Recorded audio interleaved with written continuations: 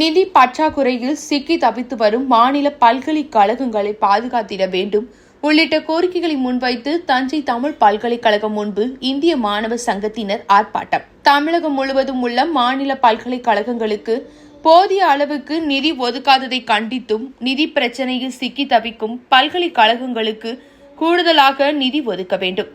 தமிழகத்தில் உள்ள 13 பல்கலைக்கழகங்களில் முறைகேடு நடைபெறுவதாகவும் பேராசிரியர்கள் பற்றாக்குறையை போக்க வேண்டும் என்று உள்ளிட்ட பல்வேறு கோரிக்கைகளை முன்வைத்து தஞ்சை தமிழ் பல்கலைக்கழக வாயில் முன்பு இந்திய மாணவர் சங்கத்தினர் ஆர்ப்பாட்டத்தில் ஈடுபட்டனர்.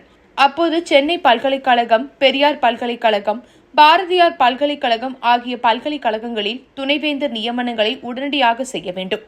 துணைவேந்தர் நியமனங்களில் ஆளுநர் தலையீடோ முறைகேடோ இல்லாமல் செய்ய வேண்டும் எனவும், தஞ்சையில் தமிழுக்கு என்று தனியாக தமிழ் பல்கலைக்கழகம் இருந்தபோதும் இங்கு தமிழகம் மட்டுமின்றி பல்வேறு நாடுகளைச் சேர்ந்த தமிழ் மாணவர்கள் ஆய்வுக்காக இங்கு வந்து தங்கி படிக்கின்றனர்.